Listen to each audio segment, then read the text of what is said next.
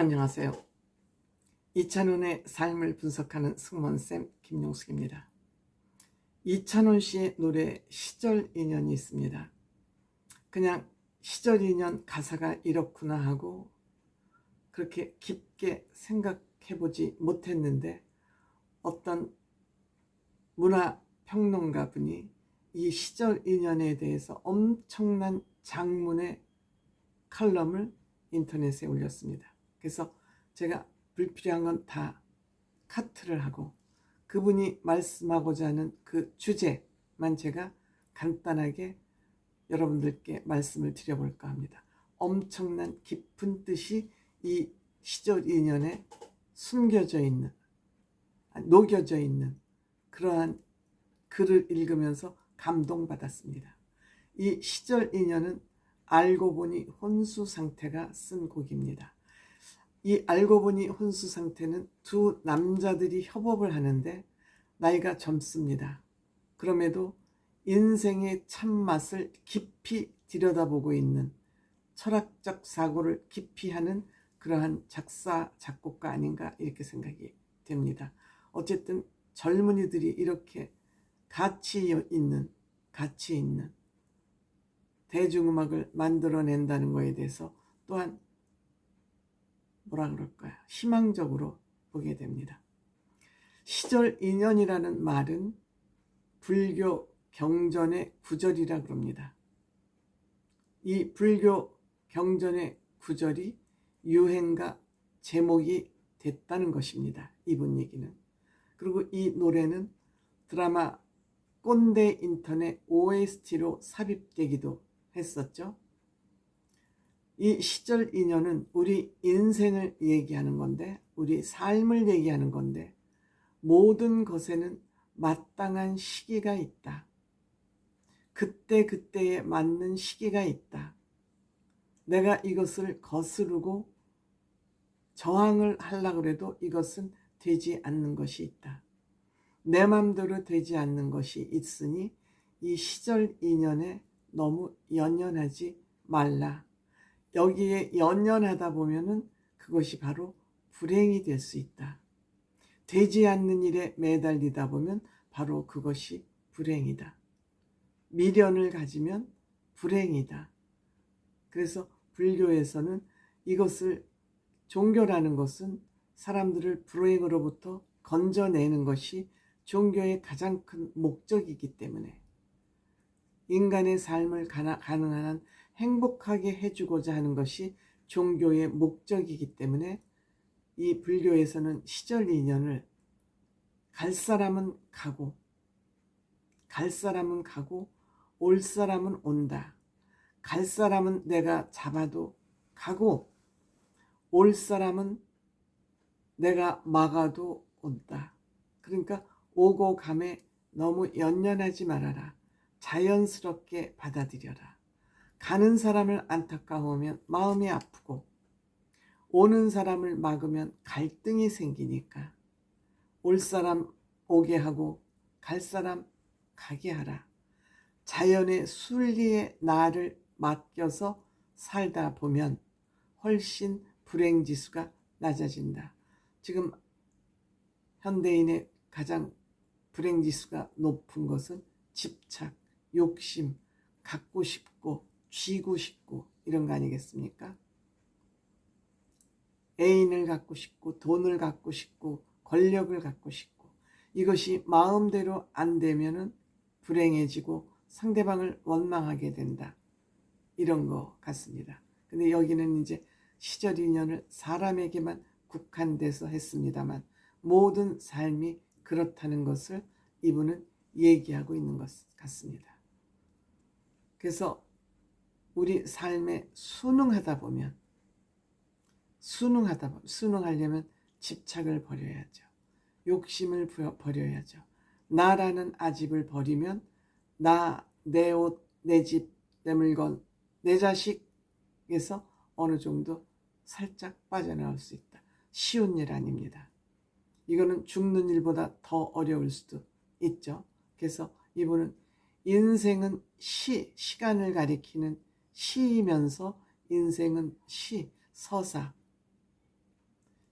시간을 통해서 인생의 그 서사가 만들어진다. 이렇게 얘기를 하고 있는 것입니다. 우선 1절 가사만 살펴보면요. 사람이 떠나간다고 그대여 울지 마세요. 집착하지 말라는 거죠. 오고 감 때가 있으니 미련일랑 두지 마세요. 미련 이퀄 욕심이죠. 미련 이퀄 욕심입니다. 좋았던 날 생각하고 고마운 마음 간직하며 살아가야지. 내 주변의 가족이 이 세상 운명을 달려고 저쪽에 떠나갔더라도 내가 잡을 수 없는 거잖아요. 거기에 집착하지 말고 좋았던 기억만 떠올리면서 슬픔이 차지할 자리를 없애버리고 또 서운한 마음보다는 고마운 마음만 생각하면 생각이 환해지니까 간직을 하며 살아가야지. 바람처럼 물처럼. 그렇죠? 바람을 우리가 막을 수 있습니까? 물을 우리가 막을 수 있습니까? 흐르는 물을? 안 되는 거예요. 못 하는 거예요. 그러니까 안 되는 일에 집착하지 말고 살아가자. 이 젊은 알고 보니 혼수 상태가 이런 가사를 만들었다는 게 너무 기특하지 않습니까? 가는 인연 잡지를 말고 오는 인연 맞지 마세요. 때가 되면 찾아올 거야. 새로운 시절 인연. 떠난 사람은 떠났지만 새로운 인연이 또 와서 그 자리를 얼마든지 메워줄 수 있다. 우리가 이 이찬원 씨의 시절 인연으로 살아간다면, 시절 인연 노랫말처럼 살아간다면 그렇게 화내고 슬프고 억울하고 할 것이 없지 않나. 그런 마음, 미련을 내려놓는 것이 나의 행복 지수를 높이는 것이다. 그런데 우리는 그거를 놓지를 못하죠. 놓는 일이 성인 군자, 성직자도 쉬운 일이 아닙니다. 성직자들이 돈을 더 좋아하죠. 성직자들이 돈을 더 좋아하고 때로는 해서는 안 될 불륜까지 저지릅니다. 이것이 다 미련이고 쥐어야 되는, 내 거로 소유해야 되는 그러한 문제가 아닌가 생각합니다. 이분이 또 중요한 얘기 했습니다. 시절은 계절이 모여서 시절을 이룬다. 봄, 여름, 가을, 겨울. 우리가 봄이 가는 것이 꽃이 지는 것이 아깝지만 꽃을 지는 것을 막을 수 없고, 여름이 오는 것을 막을 수 없고, 여름은 어쩔 수 없이 오고, 여름을 붙잡고 싶지만 또 이를 보내고 가을을 맞이해야 되고, 또 가을을 보내고 겨울을 맞이해야 되는 이런 계절을 자꾸 우리가 경험하고 살다 보면 그것이 시절이 된다. 그 시절은 날씨만 변화하는 게 아니라 사람을 오고 가는 것도 다 인연이 그때그때 만들어지도록 역사를 하고 있다. 이 시절 인연의 노래 말이 이렇게 심오한 뜻을 가지고 있다는 거 몰랐습니다.